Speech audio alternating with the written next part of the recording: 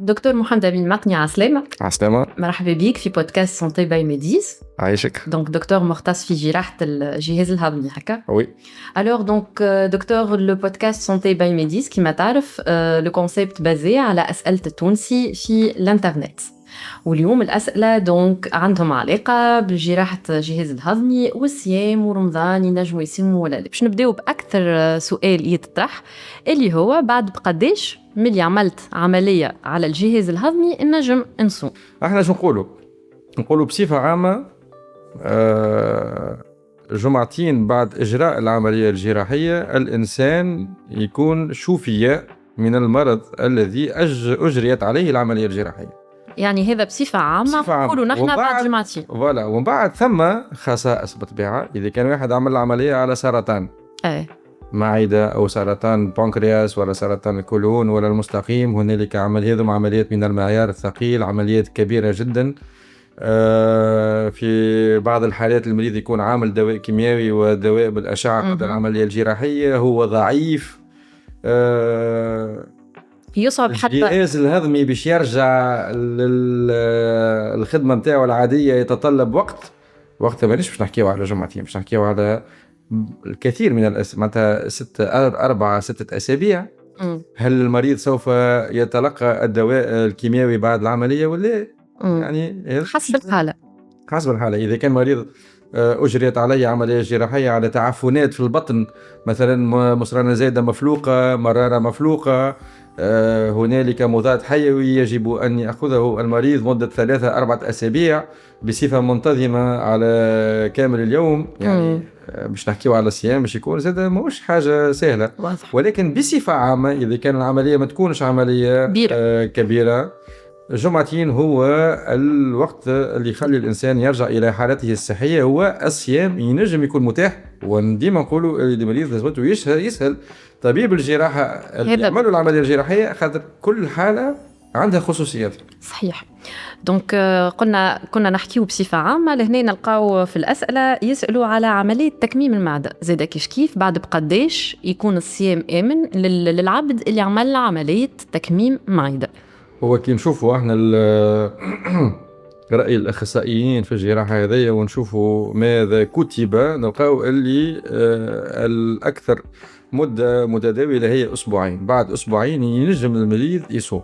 ولكن أنا في ظني أن بعد عملية تكميم المعدة تقلص حجمها، ويجب على المريض أن يتناول كميات قليلة من الأكل. ما ينجمش يصوم وياكل من بعدك كمية كبيرة وقت شغال الفترة. شو نقول إذا كان نحبوا نتبعوا الأسبوعين هذوما متفاهمين، ولكن يجب على المريض أن في مدة الإفطار 10 ساعات هذوكم يأكل على مراحل، يعطي كمية السوائل اللي الجسم الإنسان يستحقها، ويعطي البروتينات اللي جسم الإنسان يستحقها. وكي يأكل ما يأكلش بصفة كثيرة جدا في وقت صغير. يقسم الماكلة متاعه على مدى مدة الإفطار، أي السهرية متاعه دونك الكل. فوالا. وعملية تحويل المسار كيف جمعتين كيف ديما نقولوا يستشير الطبيب متاعه. يستشير طبيبه، هذا هو الموثوق منه علميا. أسبوعين. أنا المرضى متاعي نقول لهم شهر ما تصوموش. شهر علميا جمعتين. نعرفوا أن الطب ليس بعلوم صحيحة، وهنالك الكثير من الآراء. علميا جمعتين هو الوقت المناسب للمريض ينجم يصوم. أنا المرضى متاعي نعطيهم شهر. أظن أن شهر هو سوف يكون مدة كافية لتأقلم جسم الإنسان على نمط الأكل بعد العملية، تكميم المعدة ولا تغيير المسار. أنا المريض نعطيه شهر كامل يأكل ان ريجيم سبيسيال، ان ريجيم باتو، يحط خبز مع اللحم مع سبناري مع بطاطا، كل شيء يبدأ مرحي، اللي هو صعيب شوية في رمضان مع عاداتنا في رمضان. احنا كي نشوفوا معناتها من بين علميا وبين الحياة الحقيقية اليومية، يعني هنالك ثم اختلاف. أنا أقول شهر في ظني أنا باش يكون هو المدة الكافية لكي المريض يصوم بكل en toute sécurité. très bien واضح. دونك دكتور في شهر رمضان نعرفوا اللي برشا عباد هكا تعاني شوية من الهضم ولا حتى عندهم هكا وجيعة يقولك في المعدة وكل. دونك parmi الأسئلة اللي يسألوهم التوانسة يقولك وقتاش نعرف شنو ما الأعراض اللي يلزمني وقتها نمشي ديريكتومون للورجونس، ما نستناش خاطر احنا عنا اكلين نستناه وناخذوا دوايات من ريوسنا. دونك وقتاش اللي لا يلزم سي نمشيو للورجونس ولا انت كي تقول عنده وجاع في المعده معناتها انت عرفت هذه الوجاع جايه من المعده. المعده يعني هو جزء من الجهاز الهضمي. البطن والمعده هنالك اختلاف كبير. المعده هي في وسط البطن، ويقولوا احنا وجيعة في اعلى البطن. ليست المعده مش بالضروره تكون المعده. اي نحن هذه الفكره اللي المصرانه الخشينه في متوسطها تنجم تكون البنكرياس وتنجم تكون حقيقه هي المعده، ولكن ليست آلام جايه من غاديك هي المعده في حد ذاتها. احنا شو نقولوا اي وجاع يجيو في بطن الانسان وسيرتو بعد الماكله هما وجاع اذا كان هي نوبه معناتها سي كريز وجاعه قويه برشا، وفي رمضان وبعد شقان فتره تنجم تكون هذه علامات نتاع حصاه في المرض. وقتها مدة الآلام، كيفية الآلام، درجة الآلام، يعني تخلي الإنسان يخمم يمشي ماذا بينا احنا للاستعجالي لكي يرى ويفحص ذلك. إذا كان هي آلام معناتها نقولوا احنا ان ديسكونفور ولا ان انكونفور، معناتها يقول لك أنا متقلق، عندي انتفاخ في البطن، كان باش نسيب الغازات باش نتفرهد. وقتها هذاك تنجم تكون داخله في منظومه اسمها الكولون العصبي، اللي ثم صحيح هنالك بخل في الجهاز الهضمي في عمليه الهضم. وقت الانسان نقولوا له اذا كان جاء الالام هذه ولا القلق هذا اللي في الكرش وثم الانتفاخ لازمته يمشي، وثم عاده احنا نقولوا تتعشى وتمشى، هي حقيقه وليست بخيال، يعني صحيحه. وعندما يمشي الانسان الجهاز الهضمي يشتغل، وعندما يشتغل هنالك عملية الهضم تكون أسهل وخدمة الكولون لكي يمكن الإنسان من التخلص من الفضلات والغازات تكون أسهل، وذلك باش يخلي الإنسان يتفرد بعد ما يأكل. واضح دكتور. دونك دكتور ما نجموش هكا بتاتخ نزيدوا نقربوا للتوانسه باش ينجموا يفرقوا الوجيعه هذه تنجم تكون لياب انا مثلا عضو في البدن مثلا هذه راهي تنجم تكون معده لا يلزم يمشي للطبيب. هو ثم باب كبير جدا انت طرقتي عليه اللي هو الامراض الجراحيه التي نراها بكثره في شهر رمضان. كل اقسام الجراحه في الجمهورية التونسية ولا خارج الجمهورية التونسية هما أمراض التقرح في المعدة. اللي رمضان سوف يكون شهر، هو شهر فاضل، ولكن سوف يكون شهر صعيب عليه، صعيب جدا على المرضى اللي عندهم التقرحات في المعدة. علاش؟ خاطر القرح اللي في المعدة هو يكون جزئي بالحموضة اللي تجي في معدة الإنسان اللي تتفاقم برشا في شهر رمضان. يجب التقرح الجزئي هذاك يولي كامل، ونقولوا احنا القرح هذا تفلق في كرش الانسان. واضح. ينجم يتفلق في الكرش بين الاحشاء، وما هو في وسط المعده سوف يخرج ويصير وقت حالة تسمم حاد في جسم الانسان، وتتطلب عمليه جراحيه في حاله استعجاليه. القرح ينجم يتحل في شريان ويعمل نزيف في وسط أمعاء الإنسان، من المعدة والأمعاء، نقولوا سيتوني هيموراجي ديجستيف. المريض ينجم يرد الدم، ينجم تطير الكمية الكبيرة نتاعو تولي اكزاكتومون. دونك هذم هما الأعراض دكتور، ينجم يرجع الدم فوالا ولازمته وقتها يمشي يعدي في حالة استعجالية قصوى. هذا حتى خارج شهر رمضان، أما مكثر يجيو في شهر رمضان. في شهر رمضان صحيح. دونك الصيام وقتها باش يقلق وباش يضر العباد اللي عندها التقرحات اللي في المعدة. واضح.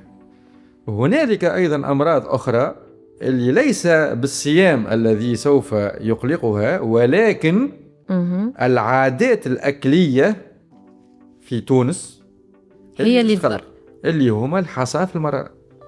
ثم هنالك من له الحصى في المرارة ويعرف أن له الحصى في المرارة وهو في انتظار العملية الجراحية، كي باش يصوم ينجم يتقلق برشا. دكتور كيف باش يصوم؟ شنو اللي يقلق؟ الصيام هو الامتناع عن الأكل وإلا في شقان الفطر كيف ياكل بكمية كبيرة في وقت صغير هو اللي يقلق؟ هو كيفية الأكل. فوالا. مش معناتها كيف؟ دونك مش الصيام، مش الامتناع عن الماكلة اللي يقلق العبد. لا، الصيام يقلق العباد اللي عندها قرح، ولكن كيفية الأكل تقلق العباد اللي عندها حجرة في المرارة. كيفاش؟ واضح. المرارة كي يصوم الإنسان هي باش تنفخ في وسط حجر، من بعد كي باش يصير عملية الهضم يبدأ ياكل الإنسان يبدأ ياكل، المرارة باش تخرج المرار هذاك اللي في وسطها لكي تسهل عملية هضم الدهنيات. يعني واحد ياكل سلطة المرارة نتاعو تنجم ما تخدمش، ولكن يحط كعبة بريك في فمه المرارة سوف تنكمش، تخدم أكثر. درجة الانكماش وسرعة الانكماش هي موازية مع كمية الدهنيات اللي في الأكل.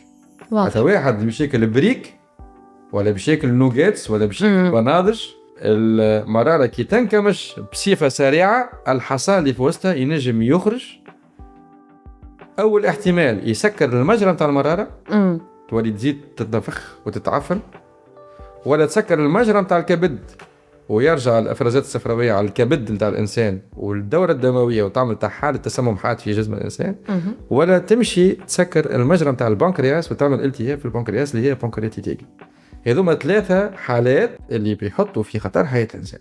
يعني الانسان المساج، الانسان اللي يعرف عنده حصى في المراره لا يجب عليه الاستهتار ويقول انا سوف اصوم شهر رمضان الفاضل.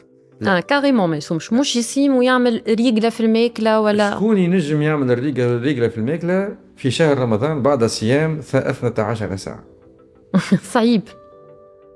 صعيبه ما بون فزابل شوي. نحن نقول انه يجم معناتها ما يصومش شهر رمضان، ولا يبرمج العمليه نتاعو نتاع المراره قبل شهر رمضان، ولا معناتها كان جاته الاعراض نتاع الالام هذيا يمشي يعدي. واحسن حاجه يكون كي باش ياكل يبعد على الدهنيات، ونعرفوا احنا اللي الدهنيات في شهر رمضان في تونس يعني هي حاجه مهمه جدا في الاكل نتاعنا. واضح دكتور. دونك فما أسئلة يقولوا في حالة اللي هما استشاروا الطبيب متاعهم وقال لهم بعد العملية الجراحية ينجموا يصيموا، كيفاش شنو النصائح اللي يلزم يتبعوها في ماخذة الدواء متاعهم، في الماكلة زيادة مثلا في السحور، في بعد شقان الفطر، الدواء في حد ذاته هل ينجموا ياخذوا في السحور وفي في المغرب وقت الأذان ويعاودوا من بعد في الليل، وإلا كيفاش؟ هذاك باش يكون انت والدواء اللي تعطى.